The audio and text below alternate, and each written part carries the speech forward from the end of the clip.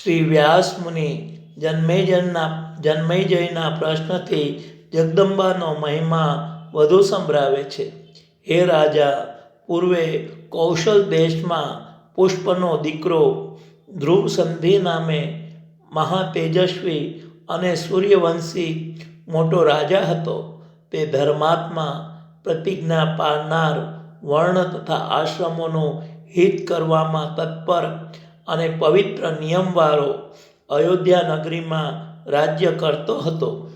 તેને મનોરમા નામની મોટી રાણી, સુંદર રૂપવંતી અને અત્યંત વિચક્ષણ હતી, તથા લીલાવતી નામની નાની રાણી પણ રૂપારી અને ગુણવારી હતી. આ રાણીઓમાં મનોરમાનો પુત્ર સુદર્શન મોટો હતો અને લીલાવતીનો પુત્ર શત્રુજીત નાનો હતો. તે ઘણું મધુર બોલતો હતો. આ પ્રમાણે કેટલોક સમય જતાં સર્વદા મૃગ્યા કરવામાં રુચિવાળો આ ધ્રુવસંધિ એક દિવસ વનમાં ગયો. ત્યાં એક સિંહે રાજા ઉપર તરાપ મારીને તેને મારી નાખ્યો. ત્યાર પછી મંત્રીઓએ રાજાને પરલોકમાં ગયો સાંભળી વનમાં જઈ તેના દાહ આદિક સંસ્કાર કરાવ્યા. મોટા પુત્ર સુદર્શનને ગાદીએ બેસાડવા માટે પ્રજા, કારભારી અને મહામુનિ વશિષ્ઠ વિચાર કરવા લાગ્યા. આ પ્રમાણે વૃદ્ધ મંત્રીઓ વિચાર કરતા હતા ત્યાં લીલાવતીનો પિતા ઉજ્જૈનપતિ યુધાજિત, મનોરમાનો પિતા કલંગપતિ વીરસેન બંને જણા પોતપોતાના દૌહિત્રને ગાદીએ બેસાડવા માટે આવી પહોંચ્યા. ગાદી માટે માહોમાહી કજિયો ઉત્પન્ન થતાં ત્યાં ભારે ધમાલ થઈ પડી અને યુદ્ધાજિત તથા વીરસેન એ બંને રાજાઓ યુદ્ધ કરવા સારું સજ્જ થયા. આ પ્રમાણે બંને વચ્ચે સંગ્રામ ચાલતા યુદ્ધાજિત રાજાએ અત્યંત દારૂણ તીવ્ર બાણોથી વીરસેનને માર્યો. પોતાના પિતાને યુદ્ધમાં મરણ પામેલા જાણીને મનોરમા ભય પામવા લાગી અને તેણી ચિંતા કરવા લાગી કે પાપી અને ક્રૂર અંતઃકરણવાળો યુદ્ધાજિત મારા પિતાનું વૈર સંભાળીને રાજ્યના લોભથી પુત્રને પણ મારી નાખશે. આમ વિચાર કરી તેણે વિદ્દલલ નામના મંત્રીને બોલાવી બહુ દુઃખથી જણાવ્યું કે મારા પિતા તો યુદ્ધમાં ખપી ગયા. આ પુત્ર બાળક છે અને યુદ્ધાજિત બલવાન રાજા છે, તો હવે મારે શું કરવું તે કહો. વિદલલે જણાવ્યું કે હવે અહીં રહેવું યોગ્ય નથી, માટે આપણે કાશીના વનમાં જતા રહીશું. આમ કહેવાથી મનોરમા પોતાની એક દાસી તથા વિદલને સાથે લઈને રથમાં બેસી ગામ બહાર નીકળી ગઈ. પરંતુ પ્રારબ્ધ્યો કે તે દૂર ગઈ ત્યાં ભીલ લોકોએ તેને લૂંટી લઈ સઘળું ધન લઈ લીધું. તેમજ એ નીચ ચોરોએ તેનો રથ પણ ભાંગી નાખ્યો.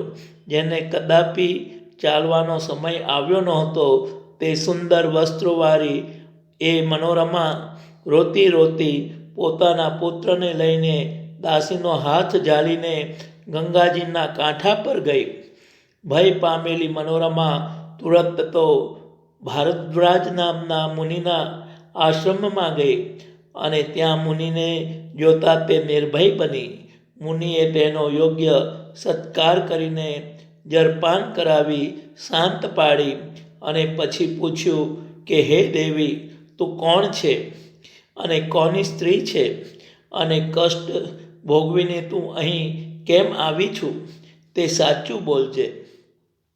મુનિએ આ પ્રમાણે પૂછતા તે મનોરમા કાંઈ બોલી નહીં, પરંતુ દુઃખને લીધે રોતા રોતા તેણે વિદલલને ઉત્તર આપવાની આજ્ઞા કરી. આથી વિદલલે જણાવ્યું કે હે મુનિ, ધ્રુવસંધિ રાજાના આ મહારાણી મનોરમા તથા તેનો પુત્ર સુદર્શન છે. રાજાને સિંહે મારી નાખ્યો છે અને તેની શોક્યના પિતા યુદ્ધાજિત રાજાના ભયથી તે વનમાં આવી છે. માટે હે ભાગ્યશાળી મહામુનિ, આપ આની રક્ષા કરો. મુનિએ ત્યાર પછી જણાવ્યું કે હે દેવી, તું નિર્ભય થઈને રહે અને રહીને જ અત્રે તારા આ પુત્રનું પાલન કર. તું જરા પણ શત્રુની બીક રાખીશ નહીં. આ પ્રમાણે મુનિનું વચન સાંભળીને મનોરમા શાંત થઈ અને મુનિએ આપેલ ઝૂંપડીમાં શોકનો ત્યાગ કરીને રહેવા લાગી. રાજનગરમાં યુદ્ધાજીતે પછીથી વિધિ પ્રમાણે પોતાના દૌહિત્ર શત્રુજીતને ગાદીએ બેસાડી રાજ્ય કારભાર મંત્રીઓને સોંપી પોતાના નગર તરફ જવા તૈયાર થયો. પરંતુ તેને સમાચાર મળ્યા કે સુદર્શન તેની માતા સાથે મુનિઓના આશ્રમમાં જતો રહે છે. તેથી તેને મારવા માટે તે ચિત્રકૂટ પર્વત તરફ વર્યો. મનોરમા હજી થોડા દિવસથી શાંતિ લઈ રહી હતી ત્યાં તો આશ્રમમાં મનોરમાને સમાચાર મળ્યા કે યુદ્ધાજીત સૈન્યને લઈને આશ્રમ તરફ આવી રહ્યો છે. આથી તે બહુ દુઃખ પામી અને ભયથી પીડા પામવા લાગી. અત્યંત શોક પામેલી મનોરમાની આંખમાં આંસુ આવી ગયા અને તે મુનિ પાસે પગે પડીને કહેવા લાગી કે હે મુનિ, યુદ્ધાજીત આવી પહોંચ્યો છે. હવે હું શું કરું અને ક્યાં જાઉં? લોભ અને મોહથી ઘેરાયેલાઓના તીર્થ, દાન અને અધ્યયન વૃથા જાય છે. તો પણ માણસો લોભ અને મોહ રાખ્યા કરે છે. આ યુદ્ધાજીતને આ પ્રમાણે થયેલ છે. તે અમો બંનેને મારી નાખશે. માટે કૃપા કરીને અમને બચાવો. આપ અમને તેને સોંપશો નહીં. પૂર્વે જેમ જાનકીજી પોતાના પુત્રો સહિત વાલ્મીકીની પાસે રહ્યા હતા તેમ હું પણ આપણી પાસે રહીશ અને યુદ્ધાજીતને પાછો મોકલજો. મનોરમાના દુઃખ અને ભય ભરેલા વચનો સાંભળી મહાપ્રતાપવાન ભરદ્વાજ મુનિએ મનોરમાને શાંત પાડી અને સામે કાંઠે સૈન્યનો પડાવ નાખીને પડી રહેલ યુદ્ધાજીત પાસે મુનિ પોતે ગયા. દુષ્ટ યુદ્ધાજીતે મુનિના આગમનનું કારણ સમજી ગયો.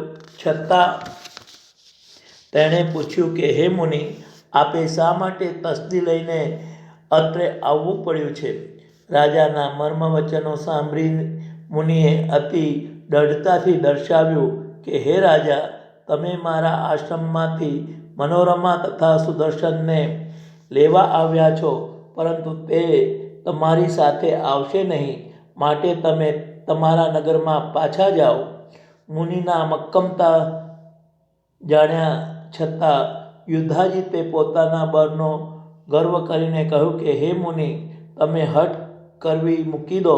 તમારે આવા રાજકારણમાં પડવાની જરૂર નથી અને મનોરમાને આજ્ઞા આપો કે તે મારી સાથે આવે અને જો તે નહીં આવે તો હું બળાત્કારથી પણ છેવટે લઈ જઈશ. રાજાના ક્રોધિત વચનો સાંભળીને મુનિએ જણાવ્યું કે હે રાજા, જો તારામાં શક્તિ હોય તો પૂર્વે જેમ વિશ્વામિત્ર રાજા વશિષ્ઠ મુનિની કામધેનુ લઈ ગયા હતા તેમ બળાત્કારે મારા આશ્રમમાંથી મનોરમાને લઈ જા. મુનિના તપોબળ આગળ રાજબળ નીચું પડ્યું અને યુદ્ધાજીત સમજ્યો કે મુનિને છંછેડવામાં આપણું કલ્યાણ નથી. તેથી તે નમ્રતાથી મુનિના ચરણે પડ્યો અને ક્ષમા માંગી મનોરમાને લીધા વિના ત્યાંથી વિદાય થયો. યુદ્ધાજીતના ગયા બાદ મનોરમા શાંતિ પામી અને સ્વચ્છ થઈને આશ્રમમાં રહી. ત્યાં તે પોતાના પુત્રને ઉછેરવા લાગી. આશ્રમનું દિવ્ય વાતાવરણ માતા પુત્ર પર પડતા સુદર્શન દિવ્યતાને પામવા લાગ્યો. એક દિવસે સુદર્શન જ્યાં રમતો હતો ત્યાં વિદલલ તેને બોલાવવા આવ્યો. આ સમયે એક મુનિના પુત્રે એ કલિબ તને બોલાવવા આવેલ છે.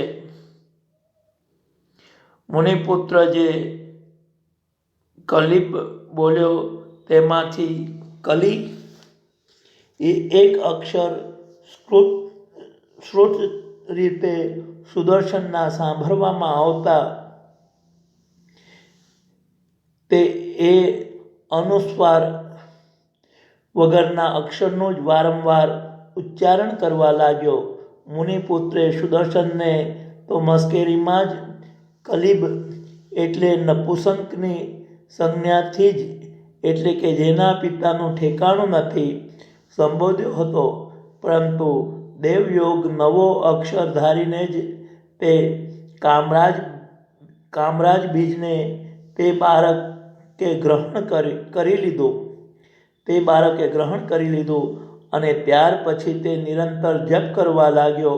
5 વર્ષ થતાં આ કામરાજ બીજ કે જેનો ઋષિ છંદ તથા ન્યાસ ધ્યાન સુદર્શન જાણતો ન હતો, તો પણ તે સર્વોત્તમ મંત્ર તેને 5મે વર્ષે મળ્યો.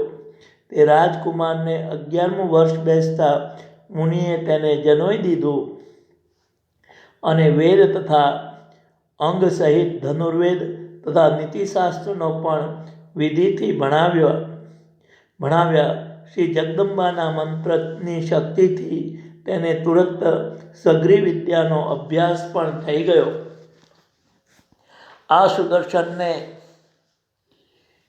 શ્રી જગદંબાની દયાએ કરીને તેમના પ્રત્યક્ષ દર્શન થવા લાગ્યા અને રાતા વસ્ત્રવાળા વર્ણવાળા અંગોમાં રાતા આભરણવાળા અને ગરુડ ઉપર બેઠેલા તે અદ્ભુત વૈષ્ણવી શક્તિના દર્શન કરતા રાજકુમાર પ્રસન્ન થતો. સમય જતા શ્રી અંબિકા દેવીએ સુદર્શનને ધનુષ શિલાથી સજેલા બાણો તથા ભાથો અને કવચ પણ આપ્યા. સુદર્શન જગદંબાની અપાર કૃપાનો અનુભવ કરતો, જગદંબાની ભક્તિ કરતો વનમાં જ આશ્રમમાં રહેવા લાગ્યો. પુત્રને સુખી અને ઉંમરે થતો જોઈ કઈ માતા હર્ષ પામતી નથી.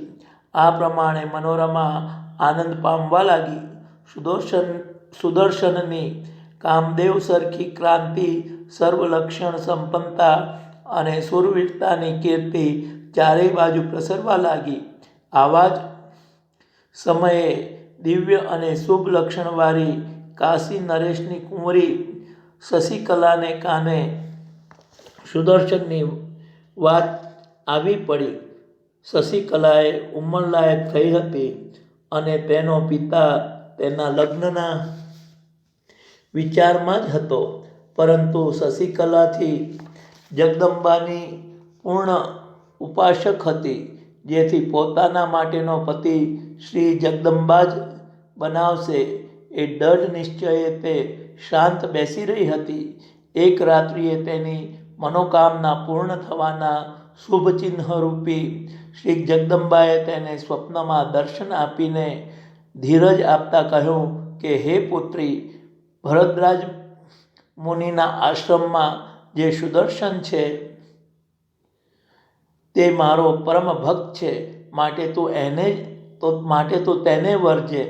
મારા વરદાનથી તારી સર્વ મનોકામના પૂર્ણ થશે.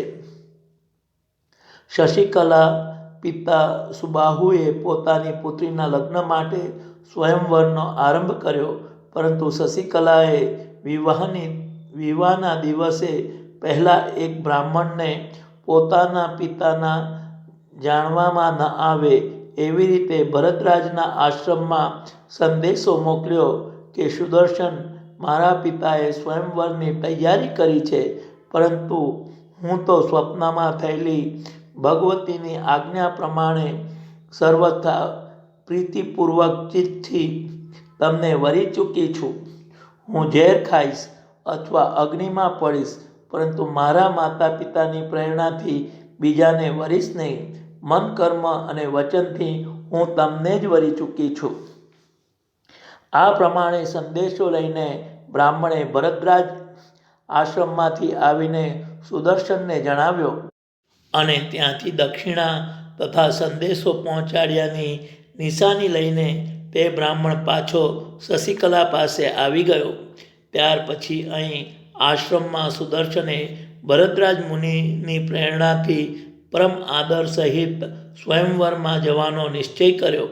તેની માતા મનોરમા પણ પુત્રને ઘડીભર માટે એકલો નહીં મૂકવાની ઈચ્છાવાળી હોવાથી સાથે જવા તૈયાર થઈ. સુદર્શનને ભિલ્લનના રાજા તરફથી રથ મળ્યો. તે રથમાં બેસી મુનિના આશીર્વાદ લઈને કાશી તરફ આવવા નીકળ્યો.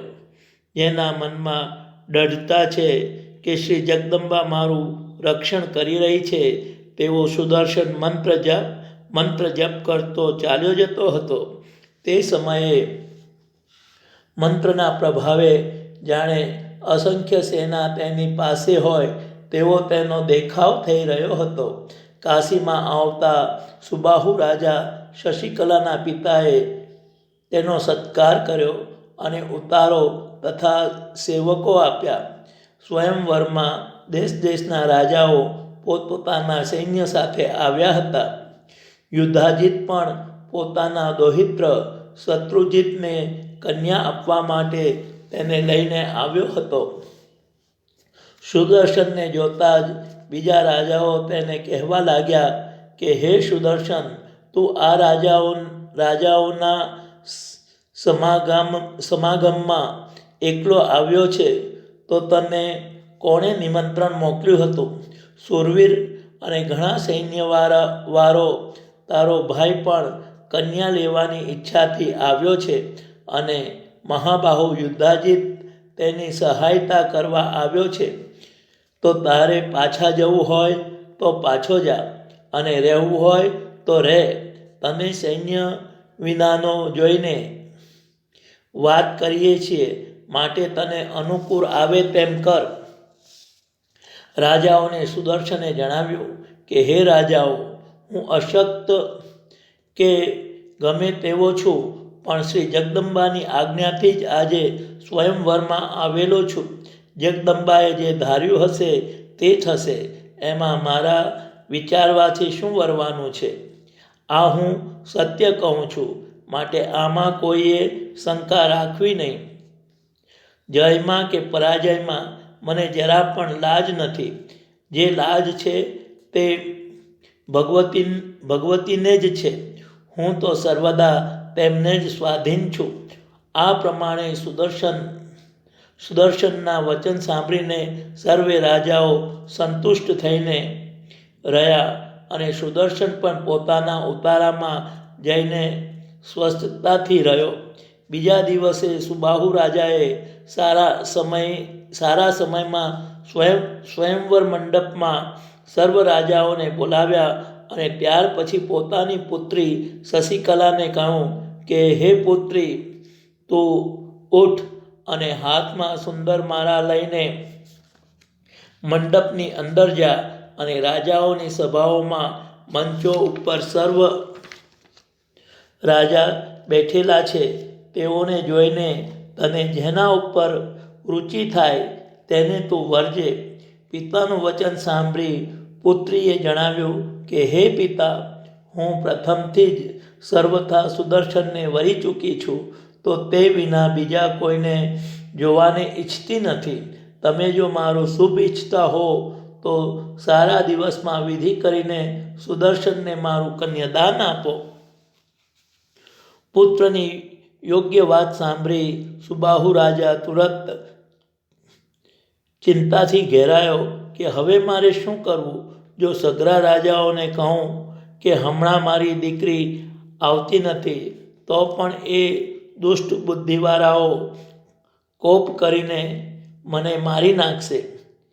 આ પ્રમાણેની ચિંતામાં લાગેલો સુબાહુ રાજાઓની પાસે ગયો અને ઘણી જ નમ્રતાથી નમીને બોલ્યો કે મારી પુત્રીને અમો બંને માતા પિતાએ ઘણું સમજાવવાના છતાં મારી એ દીકરી મંડપમાં આવતી નથી. હું રાજાઓના પગમાં પડું છું અને હમણાં આપનો દાસ થયો છું. હવે તમે પૂજાદિક સામગ્રી લઈને પોતપોતાના દેશમાં પાછા જાઓ. સુબાહુને આ વચન સાંભળી કેટલાક રાજાઓ તો બોલ્યા નહીં, પરંતુ યુદ્ધાજીત ક્રોધથી રાતા નેત્ર કરીને બોલ્યા કે હે સુબાહુ, તું સર્વ રાજાઓનું અપમાન કરીને સુદર્શનને કન્યા આપવા ઈચ્છે છે, તો તેમાં તું તારું ભૂંડું કરી રહ્યો છે. યાદ રાખજે કે હું તને મારીને પછી સુદર્શનને મારીને એ કન્યા મારા દૌહિત્રને આપીશ. સુબાહુ વિચારમાં પડી ગયો. તેણે યુક્તિપૂર્વક ફરી જણાવ્યું કે હે રાજાઓ, આજ મારી પુત્રી મંડપમાં આવતી નથી, પરંતુ આવતીકાલે તેને સમજાવી શાંત પાડીને તેડી લાવીશ. માટે આ સમયે આપ સર્વ ઉતારે જાઓ. સુબાહુનું વચન સાંભળીને તેનું સાચું માની સર્વે રાજાઓ ઉતારે ગયા. પણ પાછળથી કંઈક શંકા જતા તેઓએ ગામની આસપાસ પોતપોતાના સૈન્યો રાખ્યા. સુબાહુએ પણ ગુપ્ત ઘરમાં યોગ્ય પુરોહિતના દ્વારા ગુપ્ત રીતે સુદર્શન સાથે શશિકલાનું લગ્ન કરી નાખ્યું. પરંતુ ખબર પડી કે ગામની ચારે બાજુ રાજાઓ સૈન્ય સહિત માર્ગ રોકીને બેઠા છે. તો હવે શું કરવું? આ સમયે સુદર્શને પોતાના સસરાને કહ્યું કે તમે હવે અમોને તુરત જવાની આજ્ઞા આપો, અમે નિર્ભયપણે જઈશું. સુબાહુએ જવાનો મત જોઈને તેમને ધન આપીને શશિકલા સાથે વિદાય કર્યા. ગામ બહાર રથ આવતા જ સુદર્શને રાજાઓના સૈન્ય દીઠા, પરંતુ શ્રી જગદંબાની સહાયવાળો તે પોતાના મનમાં પ્રેમથી શ્રી જગદંબાનું શરણ લીધું અને સર્વોત્તમ કામરાજ બીજ કલીનો એકાક્ષર મંત્રનો જપ કરવા માંડ્યો. અને આ સમયે સર્વ રાજાઓ પોતાના સૈન્ય સહિત કોલાહલ કરીને કન્યાનું હરણ કરવાની ઈચ્છાથી સજજ થયા. શત્રુજીત પણ સજજ થઈને પોતાના ભાઈને મારી નાખવા સારું ઊભો થયો અને યુદ્ધાજીત તેને સહાયતા કરવા આગળ આવ્યો. સુબાહુ રાજા પણ પોતાના જમાઈની સહાયે સૈન્ય લઈને આવી પહોંચ્યો.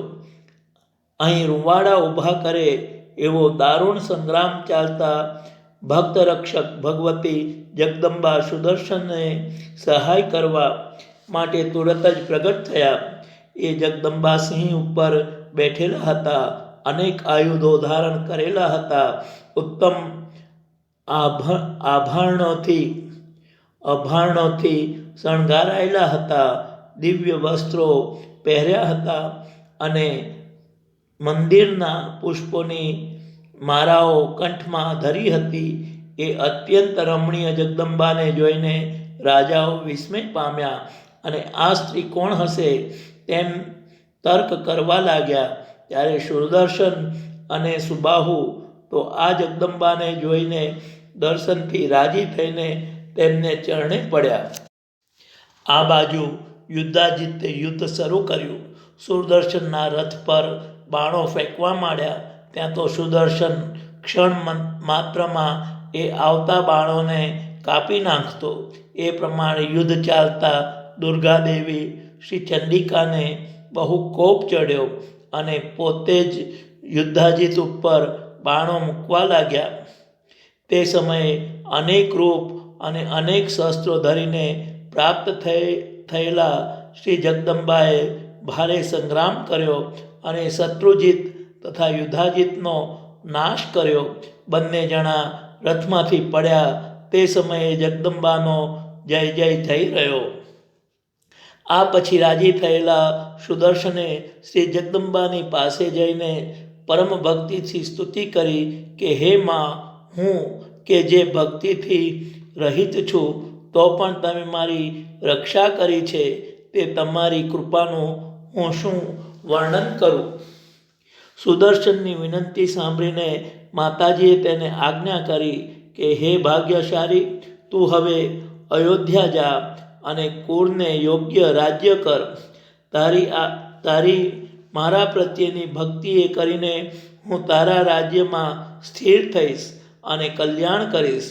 તારે મારી પ્રતિમાનું નગરમાં સ્થાપન કરવું અને 3 વખત ભક્તિપૂર્વક પૂજન કરવું.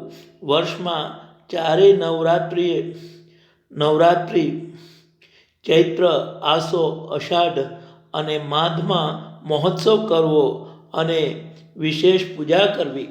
આ પ્રમાણે ભગવતીએ સુદર્શનને આજ્ઞા કરી. ત્યારબાદ સુબાહુ રાજાએ ભગવતીની સ્તુતિ કરી કે હે માં, સગુણ એવો હું બુદ્ધિથી વિચાર કરું છું, છતાં નિર્ગુણ એવા તમારી ગતિને જાણી શકતો નથી.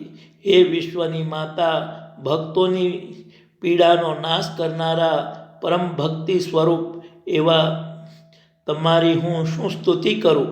તમારા બીજને કે ભજનને હું જાણતો નથી. તમારા બીજને કે ભજનને હું જાણતો નથી, છતાં આજે પ્રગટ પ્રભાવવાળો તમારો મહિમા જોઈને હું મારા અહોભાગ્ય માનું છું. સુબાહુની સ્તુતિ સાંભળીને જેમ એક સંતના દર્શન પણ નિરર્થક નથી જતા, તો પછી આ તો જગદંબા હતા. તેમણે સુબાહુને વરદાન માંગવા કહ્યું.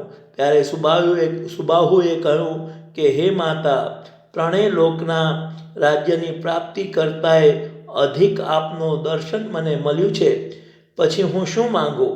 છતાં આપની ઈચ્છા જ છે તો મારામાં તમારી નિશ્ચર અવિનાશી ભક્તિ સદા રહે અને મારા નગરમાં આપ દુર્ગાદેવી એ નામથી રહો. સુબાહુને ભગવતીએ તથાસ્તુ કહીને જણાવ્યું કે હે રાજા, જ્યાં સુધી પૃથ્વી રહેશે ત્યાં સુધી સર્વલોકનું રક્ષણ કરવા માટે મુક્તિપુરી કાશીમાં મારો સદા નિવાસ રહેશે. આ પ્રમાણે સુબાહુ વરદાન આપીને સુદર્શન તરફ કૃપા દ્રષ્ટિ નાખીને ભગવતી અંતર્ધ્યાન થઈ ગયા. ત્યારબાદ સુબાહુ કાશી તરફ આવ્યો અને સુદર્શન પ્રથમ ભરદ્વાજ આશ્રમમાં જઈને મુનિને પ્રણામ કરી તેમના આશીર્વાદ મેળવીને પોતાના અયોધ્યા નગરીમાં માતા અને પત્ની સહિત આવ્યો. સૌથી પ્રથમ પોતાની અપર માતા લીલાવતીને જઈને પગે પડ્યો, પણ દીનવાણીએ દર્શાવ્યું કે હે માતા, તમારા પિતા તથા પુત્રને યુદ્ધમાં મેં માર્યા નથી, પરંતુ દુર્ગાદેવીએ જ માર્યા છે. આ બાબતમાં તમારા ચરણના સોગંદ ખાઉં છું. મારો કોઈ અપરાધ નથી, અથવા જે કાર્ય જે બનવાનું હતું તે બની ગયું, અને વૃથા શોક ત્યજી દો. બુદ્ધિમાન મનુષ્યએ શોક વડે આત્માને શોષવો નહીં. મારી માતાના પિતા અહીં જ મૃત્યુ પામ્યા અને અમો માતા પુત્ર અહીંથી ચાલી જતા રસ્તામાં લૂંટાયા. પછી આશ્રમમાં રહ્યા. તે સમયે અનેક આપત્તિમાં હોવા છતાં મને દુઃખની લાગણી નહોતી, અને આજે પાછું બધું પ્રાપ્ત થતાં સુખની પણ લાગણી નથી. મને રાજમોહ પણ નથી. માટે હે માતા, તમે શાંત થાઓ અને મરેલ મનુષ્ય દેહથી ધર્મ સાધના કરી લો. સુદર્શનની મીઠી જ્ઞાનવાણી સાંભળીને લીલાવતીએ દર્શાવ્યું કે હે પુત્ર, તારી માતાના પિતાને મારા પિતાએ માર્યા અને મારા પુત્રે ઉલટું તારું રાજ્ય લઈ લીધું. તેમાં મારો અપરાધ નથી. હું તેમને સમજાવવા તે સમયે સમર્થ થઈ ન હતી. વળી તેમણે જે કર્મ કર્યું તે કર્મથી જ બંને જણા મૃત્યુ પામ્યા છે. હું મારા પુત્રનો શોક કરતી નથી, પરંતુ તેમણે કરેલ કર્મનો શોક કરું છું.